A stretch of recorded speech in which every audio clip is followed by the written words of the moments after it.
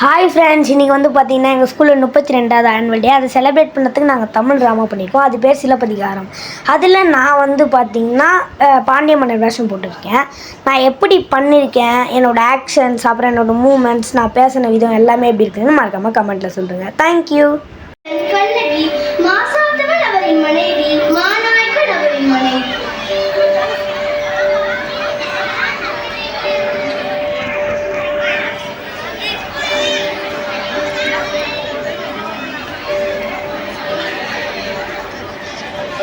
மாநாயகரே, எனது மகனான கோவலனுக்கும் கண்ணகிக்கும் இதே திருமணம் நடைபெற்று எனக்கும் மிக்க மகிழ்ச்சி. கண்ணகிக்கும் ஒரு நல்ல கணவன் கிடைத்தது எனக்கும் பெரும் மகிழ்ச்சியாக உள்ளது.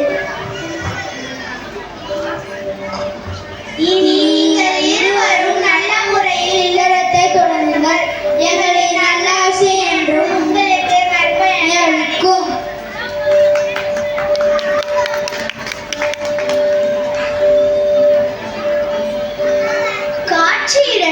இடம் கோவலன் இல்லம். பங்கு பெறுவோர் கோவலன் கண்ணகி.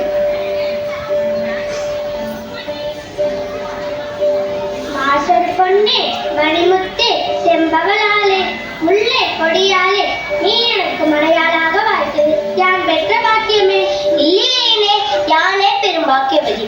உன் போற்றும் பெருமழைகள் மாசாத்வனை மகனையே யார் திருமணம் எடுத்தது எனக்கு கிட்டிய பெரும் அதிர்ஷ்டம். என்றுமே நாம் இருவரும் இவ்வையகம் போற்றும்படி சிறப்பான வாழ்வை வாழ வேண்டும். மனனே, மங்கையின் பாக்கியம் என்பதற்கு ஏற்ப என்றுமே உங்களின் சொற்படியே யான் நடப்பேன். நீங்கள் வகுத்த பாதையிலே இனி என் பயணம் தொடரும். கண்ணகி, யான் கடைவிதிக்கு சென்று முறையிலிருந்து நவமணிகளை வாங்கி வருகிறேன். சென்று வாருங்களே. என்னே பொருள் ஈட்டுவதற்காக வணிக வீதிக்கு செல்கிறார் கோவலன். இது ஒரு பக்கம் இருக்க, மறுபக்கம் நடன தாரகை மாதவி நடனம் தொடங்குகிறது. சதிராடுதல் என்பது கோவில்களில் நடனமாடும் ஆடல் கணிகை குலத்தை சேர்ந்த சித்ராபதி என்பதும் அவளின் மகளான மாதவியும் ஆடல் பாடல் போன்றவற்றில் மிகுந்த தேர்ச்சி பெற்றவர்கள்.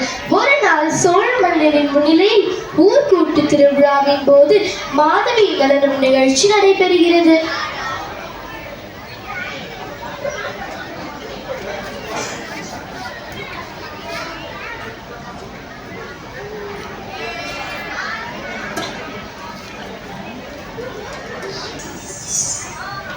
சோழ மன்னரின் முன்னிலையில் ஊர்கூட்டு திருவிழாவின் போது மாதவி நடனம் நிகழ்ச்சி நடைபெற்றது. அந்நிகழ்ச்சியில் மாதவி நடனத்தை போற்றும் விதமாக அவளுக்கு முத்து மாலை ஒன்றும் தலைக்கோல் பட்டம் ஒன்றினையும் சோழ மன்னன் அவளுக்கு பரிசாக அளித்தார். அதனை பெற்றுக்கொண்ட மாதவியும் மிக்க மகிழ்ச்சி அடைந்தாள்.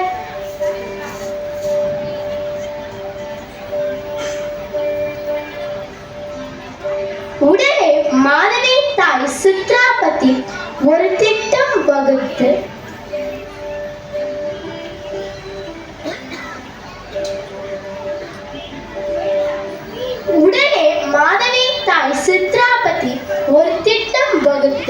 தனது பணிப்பெண்ணிடம் முத்து மாலையை வணிக வீதியில் 1008 கழிச்சு பொற்காசுகள் கொடுத்து யார் இந்த மாலையை வாங்குகிறார்களோ அவர்களே மாதவியின் கணவனாக அறிவிக்கப்படுவார்கள். உடனே பணிப்பெண்ணும் மாலையினை கையில் எடுத்துக்கொண்டு வணிக வீதியை நோக்கி பயணிக்கின்றார். காட்சி 3. இடம் வணிக வீதி. பங்கு பெறுவோர் கோவலன், ஊர் பொதுமக்கள், பணிப்பெண். மக்களே, இங்கே பாருங்கள். இந்த மாலையானது மாத நடனத்திற்கு பரிசாக கிடைத்த மாலை. இந்த மாலையை யார் 1008 பொற்காசுகளை கொடுத்து வாங்குகிறார்களோ அவர்களுக்கே ஆடல் அரசியான மாரியம்மனுக்கும் வாய்ப்பு கிட்டும். அதனால் யார் வேண்டுமானாலும் வாங்கலாம். அடடா, 1008 பொற்காசுகள் என்றால் நானே அந்த மாலை வாங்குவேனே. மாதவியின் அன்னத்தை காண நான் கோடி வேண்டுமே. யாருக்கு கிடைக்கும் இந்த பாக்கியம்? தெரியே சாமி. நான் ஒரு பெண்ணா இருந்து எனக்கே அந்த ஆடல் அரசியை பார்க்கணும்னு ஆசையா இருக்கு. கடவுளே, எனக்கு ஏதாவது வழியில் அதிர்ஷ்டம் அடிக்க கூடாதா? அப்படி அதிர்ஷ்டம் அடித்தால் நானே இந்த மாலையை வாங்கிக் கொள்வேனே. அழகிய நாட்டியத்தாரின் மாதவியின் மாலையை நானே வாங்கிவிட வேண்டும் என்று தோன்றுகிறது.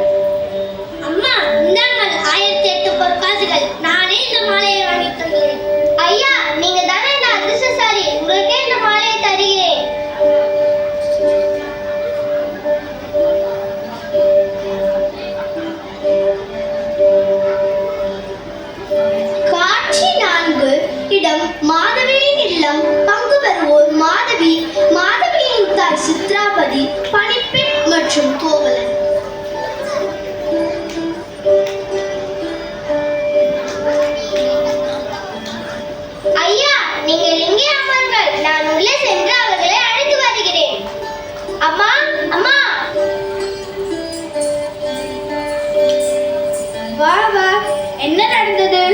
அம்மா 1008 பொற்காசுகளை கொடுத்து அந்த மாலையை வாங்கியது ஒரு பெரிய வணிகர். அவரின் பெயர் கோவலன். அவர் மிகுந்த அழகுடன் அறிவும் மிக்கவர். எனக்கு இதெல்லாம் சற்றும் பிடிக்கவில்லை. நான் கேள்விப்பட்டவரை மாசாத்துவானின் மகன் கோவலன் பெரும் பணக்காரர், உனக்கு ஏற்றவர். தயவு கூர்ந்து நேரில் பார்.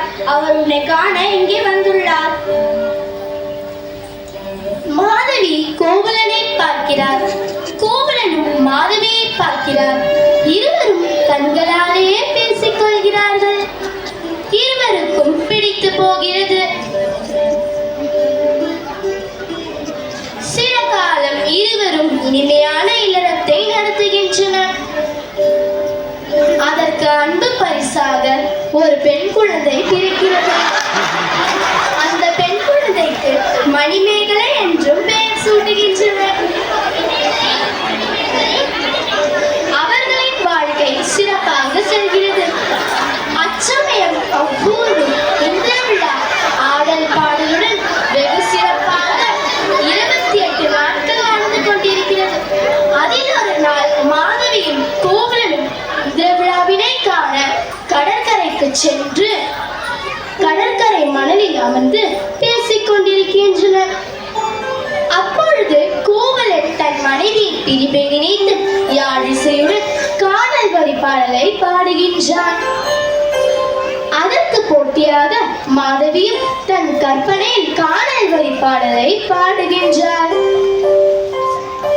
இருவருக்கும் இடையே சண்டை நடைபெறுகிறது. இதுவே அவர் இருவர்களின் பிரிவுக்கு காரணமாக அமைகின்றது. கோவலன் தன் மனைவியாகிய கண்ணகியை காண்பதற்காக இல்லம் தேடி செல்கிறார். இது ஒரு பக்கம் இருக்க, மறுபக்கம் கண்ணகி கோவலனை நினைத்து நினைத்து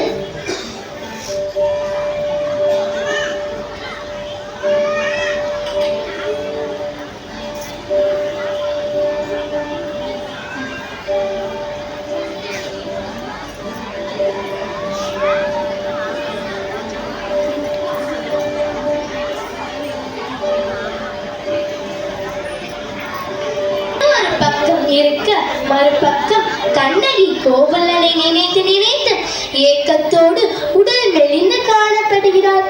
அப்பொழுது மாதவியின் பணிப்பெண் மாதவிக்கு தெரியாமல் கோவலனின் கணையாழையை காண்பித்து அனைத்து பொருள்களையும் அபகரித்து செல்கின்றார்.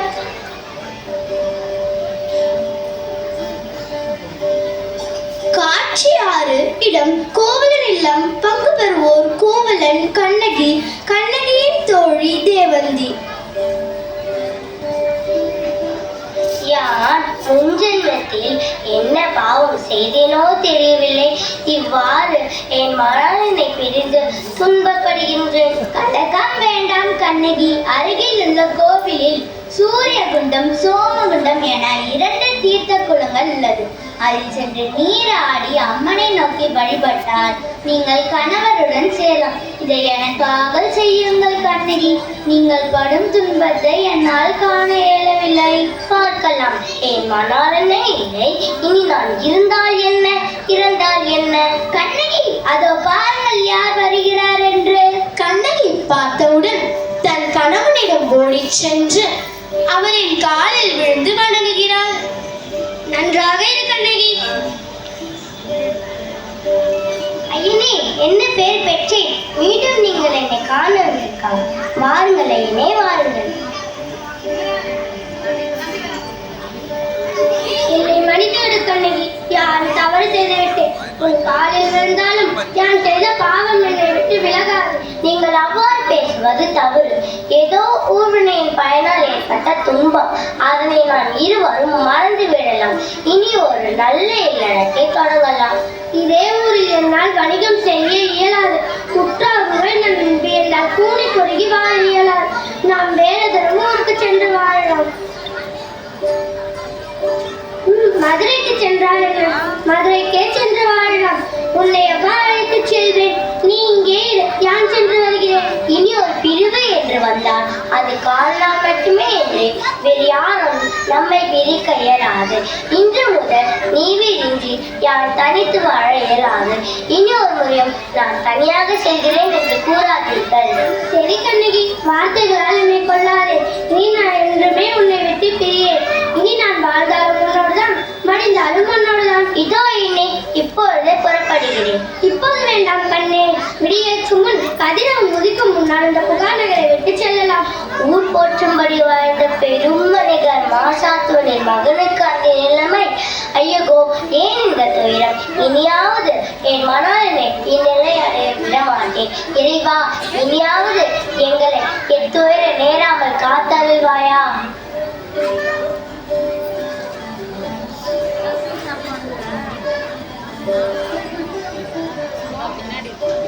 விடியும் முன்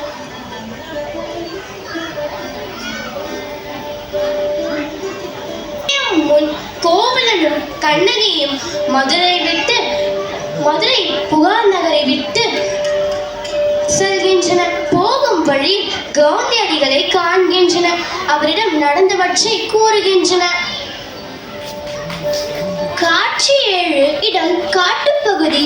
பங்கு பெறுவோர் கோவலன், கண்ணகி, கவுந்தியடிகள். வணங்குகிறேன் அடிகளாரே, வணங்குகிறேன். நீங்கள் இருவரும் எங்கே செல்ல?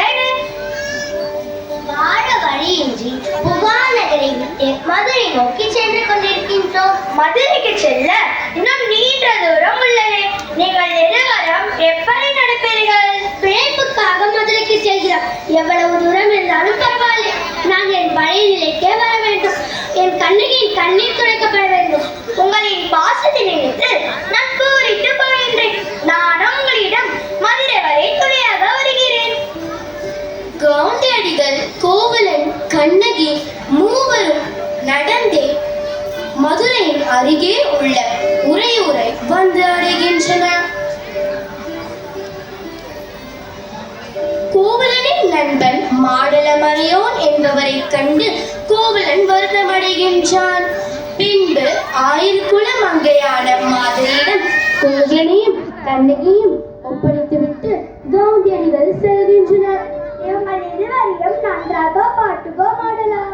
சரிங்க ஐயா. காட்சி 8. இடம் ஆயர்குல பெண்ணான மாதரியின் இல்லம். பங்கு பெறுவோர் கோவலன், கண்ணகி, கோவலனின் நண்பன் மாடலமறையோன், மாதரியின் மகள் ஐயை. அம்மா மாதரியே, இவர்கள் இருவரும் எங்கள் புகார் நகரின் குலக்குழுந்துகள். இருவரும் சில தினங்கள் ஒரு இல்லத்தில் தங்க வாய்ப்பளிக்க வேண்டுகிறேன். ஐயா, இவர்களை பார்த்துக் கொள்வது என் பொறுப்பு. இவர்களை கண்ணும் கட்டமாக பார்த்துக் கொள்வேன். நான் விடை பெற்றுக் கொள்கிறேன். நீங்கள் ஓய்வெடுங்கள். நான் சென்று வருகிறேன். சரி மாடலா. ஐயா, அம்மா, இவள் தான் என் மகள் ஐயை. இவள் உங்களை பார்த்துக் கொள்வாள். நான் தயிர் வைக்க சென்று வருகிறேன். நீங்கள் இருவரும் சற்று இளைப்பாருங்கள். ஐயை, நன்கு இவர்களை உபசரிக்க வேண்டும். அம்மா, நான் இவர்களை பார்த்துக் கொள்கிறேன். மதிய உணவுக்கு தயார் செய். நான் சென்ற விரைவாக திரும்பி வருகிறேன். அம்மா, உங்களுக்கு உண்பதற்கு என்ன வேண்டும் என்று கூறினால் நான் அதை தயார் செய்வேன். வேண்டாம் ஐயே, நீ எனக்கு உதவியால் அதுவே போதும். நான் என் கைகளாலே உணவை தயாரித்து பரிமாற வேண்டும் என்று விரும்புகிறேன். சரி சரி, நீங்கள் சமைக்க தயாராகுங்கள். உங்களுக்கு வேண்டியவற்றை எடுத்து வருகிறேன்.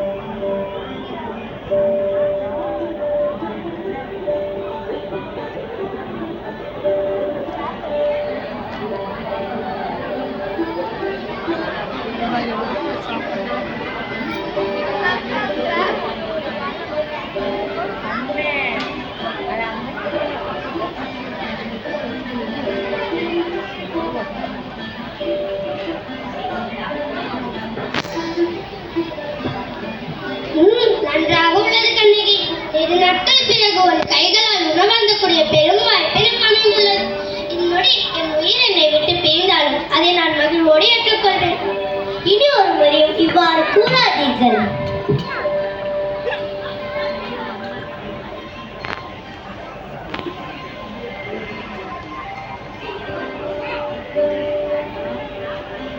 உணவு உபசரிப்பு முடிந்ததும் கண்ணகி கோவலனிடம் தனது கால் சிலம்பு ஒன்றினை தருகிறாள். அதனை பெற்றுக் கொண்ட கோவலனும் பொற்கொல்லனை தேடி செல்கின்றார். காட்சி 9. இடம் வணிக வீதி. பங்கு பெறுவோர் வழிபோக்கன், பொற்கொல்லன், கோவலன்.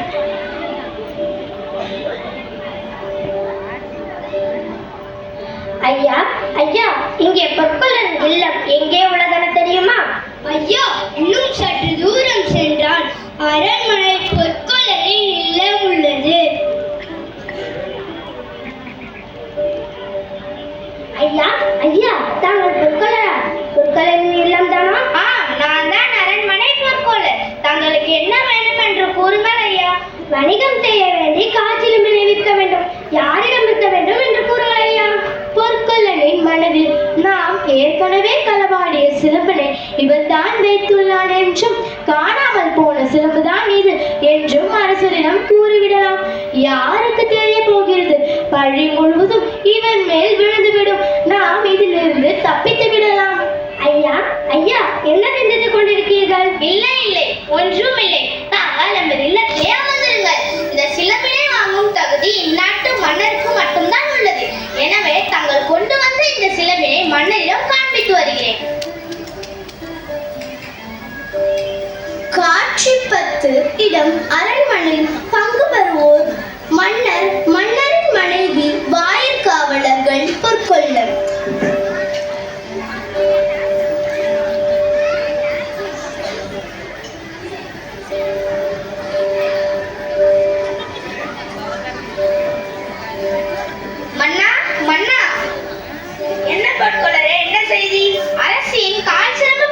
மன்னரிடம் பேச வந்துள்ளேன். சற்று பொறுங்கள் பொற்கொல்லனே, மன்னரிடம் அனுமதி பெற்று வருகிறேன். வாயிற்காவலர் மன்னை நோக்கி செல்கின்றார்.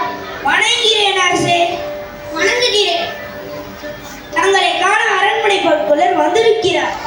அவரை உள்ளே அழைத்து வாருங்கள். சரி அரசே, அழைத்து வருகிறேன். நீங்கள் உள்ளே செல்லலாம். அரசே அரசே, வாருங்கள் பொற்கொல்லரே, என்ன செய்தி? அரசின் காசு கிடைத்து விட்டது. அந்த மகிழ்ச்சியான செய்தியை தங்களிடம் கூறவே நான் வந்துள்ளேன். அரசின் காசிலுமே களவாடிய கல்வன் யார்? யார் அவனை களவாடியது? அந்த கல்வன் எனது இல்லத்தில் சிறைப்படுத்தி வைத்துள்ளேன். நீங்கள் வேண்டுமென்றால் அவனை இங்கே அழைத்து வருகிறேன். வேண்டாம் வேண்டாம், அந்த கல்வனின் பாதம் இங்கே பட வேண்டாம். அவனை கொன்று விடுங்கள். அப்போதுதான் பொருள களவாடினால் என்ன தண்டனை கிடைக்கும் என ஊரார் அனைவரும் அறிந்து கொள்வர். சரிங்க அரசே, அப்படியே செய்து விடலாம்.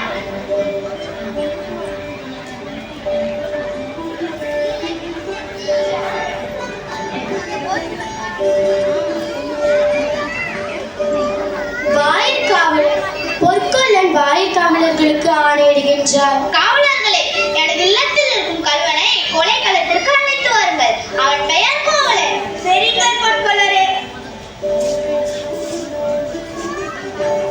காவலர்கள் கோவலனை பொற்கொல்லரின் இல்லத்திலிருந்து கொலைக்களத்திற்கு அழைத்து செல்கின்றனர். உங்கள் பெயர் என்ன? என் பெயர் கோவலன். யார் நீங்கள்? என்னை எங்க அழைத்து செல்கிறீர்கள்? எங்களுக்கு ஒன்றும் தெரியாது. நீங்கள் பொற்கொல்லரிடம் கேட்டுக்கொள்ளுங்கள். காட்சி 11. இடம் கொலைக்களம். பங்கு பெறுவோர் கோவலன், காவலாளிகள், பொற்கொல்லன். பொற்கொல்லரே, நான் என்ன தவறு செய்தேன்? என்னை ஏன் நீங்கள் அழைத்து வந்தீர்கள்? அரசின் காசு திருடிய குற்றத்திற்காக நாங்கள் உன்னை இங்கே அழைத்து வந்துள்ளோம். ஐயா, அது என் மனைவியின் காய்ச்சல். நான் ஒன்றும் திருடனல்ல. காவலர்களே, இன்னும் அவரை பேசிவிட்டால் பேசிக்கொண்டே இருப்பான். உடனே தண்டனையை நிறைவேற்றுங்கள். சிறை காவலர்களின் கரங்களால் கோவலன் கொல்லப்பட்டு கீழே விழுந்தான். இந்த செய்தியை கேட்ட கண்ணகி கொலைக்களத்திற்கு வருகிறாள்.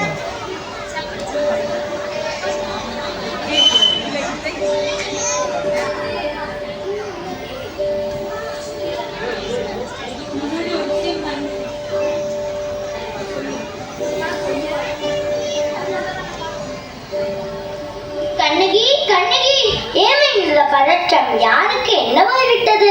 உன் கணவன் கோவலன் கொலைக்களத்தில் இருந்து கிடைக்கிறார். யார்? என் கணவனா? ஆம், உடனே செல்லம்மா. இதோ இப்போதே செல்கிறேன். காட்சி 12. இடம் கொலைக்களம். பங்கு பெறுவோர் கண்ணகி, ஊர் பொதுமக்கள்.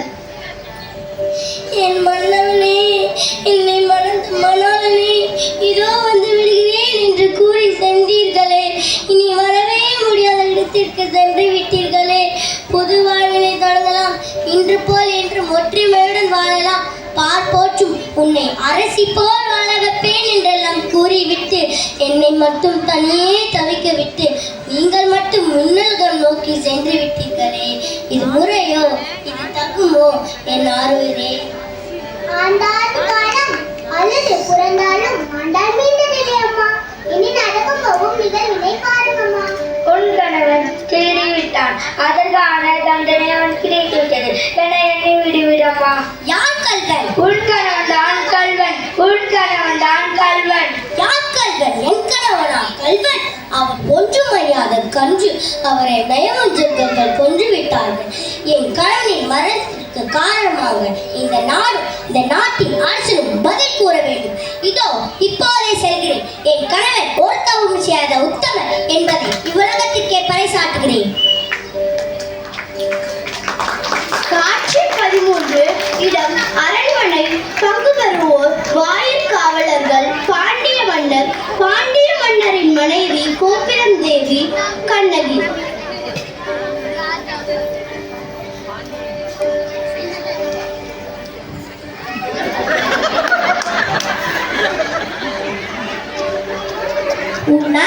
உங்கள் அரசனை நாம் காண வேண்டும். சற்று பொறுங்கள், மன்னரிடம் அனுமதி பெற்று வருகிறேன். வணங்குகிறேன் அரசே. வணங்குகிறேன் அரசே. நம் அரண்மனை வாயில் முன் அழுத கண்களோடு தலைவிரித்த கோலத்தோடு ஒரு பெண் வந்து நிற்கிறார். அப்படியா? அந்த பெண்ணிற்கு என்ன தெரியுமோ கேட்டாயா? கேட்டேன் மன்னவா. அதை பற்றி உங்களிடம் நான் கூற வேண்டும் என்கிறாள். அவள் உங்களிடம் நீதி கேட்டு வந்ததாக கூறுகிறாள். நீதி கேட்டு வந்திருக்கிறாளா? சரி, அந்த பெண்ணை உள்ளே நீங்கள் உள்ளே செல்லலாம். ஆன்றோர்களும் சான்றோர்களும் நிறைந்திருக்கும் வகையிலே நடுநாயமாக மன்னர் வீற்றிருக்கும் அரசவைக்குள் நுழைகிறாள் கண்ணகி. இளங்கொடி போன்ற பெண்ணே, அழுத கண்களோடு எம்மை காண வந்தன் காரணம் என்ன? நீ யார்? உனக்கு என்ன வேண்டும்?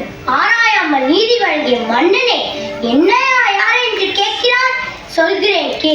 உலகம் வீக்கும் வண்ணர் ஒரு புறாவிற்காக தன் உடலே தந்த சிபிமலனை பற்றி நீ அறிவாயா? பார் போற்றும் பசுவை மக்கள் தெய்வமென வணங்க அதன் கன்றை தேக்காலிற்று கொண்ட தன் மகனையும் அதே தேக்காலிற்று கொண்டானை மனுநீதி சோழன், அவனை பற்றியும் நீ அறிவாயா? பெண்ணே, நான் கேட்ட வினாவுக்கு இன்னும் நீ விடை கூறவில்லை. அதை விட்டு நீ வேற எதையோ கூறிக்கொண்டிருக்கிறாய். இழப்பின் அருமை தெரியாத மன்னனே, என் நிலையாளியமல் தானே இப்படி பேசுகிறாய்? நான் இதுவரை கூறிய பெருமை மிக்க சோழ மன்னர்கள் வாழ்ந்த புகார் நகரமே எனது ஊர். அவ்வூரில் பழியில்லா சிறப்பனையுடைய புகழ் மிக்க மாசாத்தவன் அவரின் மகனாகிய கோவலனின் மனைவி நான். ஓ, இப்போது புரிகிறது. அந்த கல்வனாகிய கோவலனின் மனைவியா நீ? போதும் மன்னா, என் கடனை இகழ்வதற்கு உனக்கு என்ன தகுதி இருக்கிறது? ஊர்வினையின் பயனால் ஊருக்கு வந்து என் காசிரமை விற்க வந்த என் கணவனை அநியாயமாக கொஞ்சிவிட்டியே, நீ செய்தது தகுமா? பெண்ணே, போதும் நிறுத்து. கல்வனை கொள்வது கொடுங்கோல் அன்று, அது ஏற்புடையதே, அதுவே அன்னறியுமாகும். இதை அனைவருமே அறிவார்களே, உனக்கு தெரியாதா என்ன? அறநெறி தவறிய மன்னனே, தவறித்தவர்களை தண்டித்தல் தகுதியுடனே அரசனுக்கு என்பதை நானும் மறைவேன். ஆனால் நீ கூறுவது போல் என் கணவன் கல்வன் அல்ல. அவனிடம் இருந்த சிலம்பு அரசனுக்குரிய சிலம்பு ஒன்று. அதன் இணை சிலம்பு இதோ என்னிடம் உள்ளது. என் கால் சிலம்பு பரல் மாணிக்க கற்களால் ஆனது. பெண்ணே, நீ சொல்வது உண்மைதானா? உண்மையாயின் அரசிக்குரிய சிலம்பின் பரல் முத்துக்களால் ஆனது. ஆண்டோனே, நீ தமிழிலே அனைவருக்கும் உண்மை உணர்த்துகிறேன். யாரங்கே கோவலனிடமிருந்து கைப்பற்றிய சிலம்பை இங்கு கொண்டு வா. சிலம்பை பெற்ற மன்னர் அதை கண்ணகியிடம் கொடுக்கின்றார். பெண்ணே, இதோ உன் கணவரிடமிருந்து கைப்பற்றிய சிலம்பு. கண்ணகி அச்சிலம்பை கையில் எடுக்கிறாள். நீதி தவறாதவன் என்று முனை கூறிக்கொள்ளும் மன்னனே, ஒரு தவறும் செய்யாதேன் கணவன் கொஞ்சத்தை ஒரு நரநெறிக்கு இழுக்கு என்று இடம் அமைப்பிக்கிறேன். இங்கே பார். கண்ணகி அச்சிலம்பை எடுத்து தரையில் போட்டு உடைக்கிறாள். அதிலிருந்து மாணிக்க கல் ஒன்று அரசரின் முகத்தில் பட்டு தெரித்து விழுகிறது. ஐயகோ, தவறிழைத்து விட்டேனே, பிறர் சொல் கேட்டு பெரும்பிழை செய்தேனே. யானோ அரசன், யானே கல்வன். இதுவரை என் குலத்தில் எவரும் செய்யாத பழி சொல்லுக்கு ஆளாகி விட்டேனே. இனிமேலும் நான் உயிரோடு இருத்தல் தகுமா? இனி எனக்கு வெண்கொற்ற கொடை எதற்கு, செங்கோல் தான் எதற்கு? என் வாழ்நாள் என்னோடு முடிவதாக. பாண்டிய மன்னர் தாம் தவறாக வழங்கிய தீர்ப்பால் உண்டான பழிச்சொல்லுக்கு அஞ்சி அரியணையிலிருந்து தரை மீது விழுந்து இறந்து படுகிறார். தங்களுக்கு என்ன ஆயிற்று?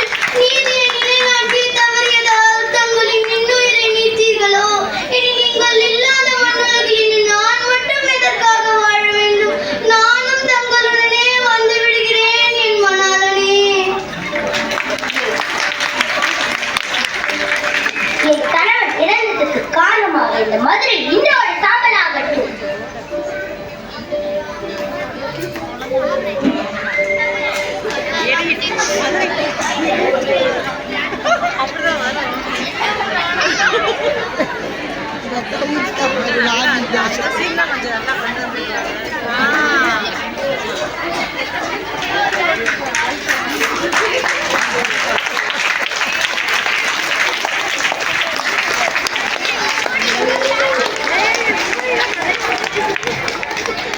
கண்ணகியின் துயரத்தை காண இயலாத ஆயர்குல மகளிரின் துயர நடனம்.